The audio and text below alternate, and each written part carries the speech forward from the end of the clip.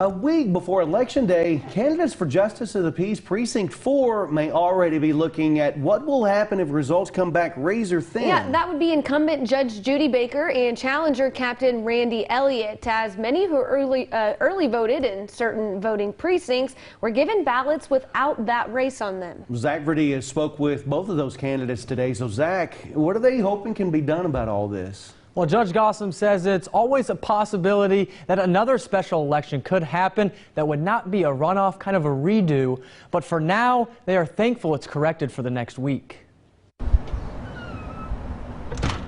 On the last weekend of early voting in Wichita County, a ballot issue forced voting precincts 105 and 106 in Electra to temporarily close. It was just kind of shock, like, what? What's going on?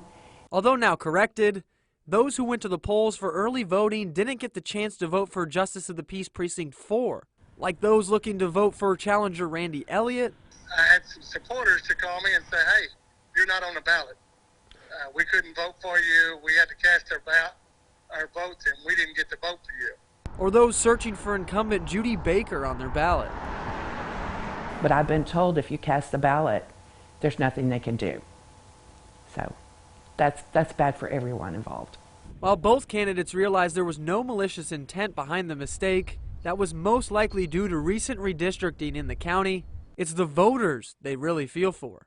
They are probably more upset than anyone. You know, their votes are not going to count. You know, they're still calling. You think about all those people that voted, whether they voted for Randy Elliott or they voted for me, their voice wasn't heard.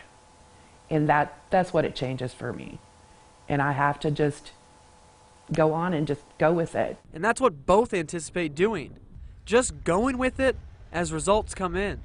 I'm hoping that there was still enough that hadn't already voted that will come out, but I can say there was a pretty big percentage that had voted that's lost right now. You know, I don't know how they voted, but yes, I'm looking, if it's razor thin, and I'm sure she is too, it's going to be a re-vote in that precinct.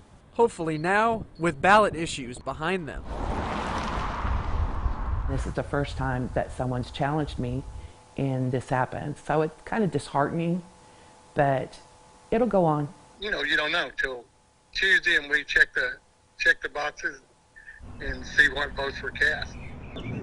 And as mentioned, both candidates will watch closely as those numbers do come in on Tuesday. And if close, they will bring their case to a district judge who can then order a new special election if they see fit that would be conducted during the runoff election cycle period. Okay, good to know. Zach, thank you so much for that story.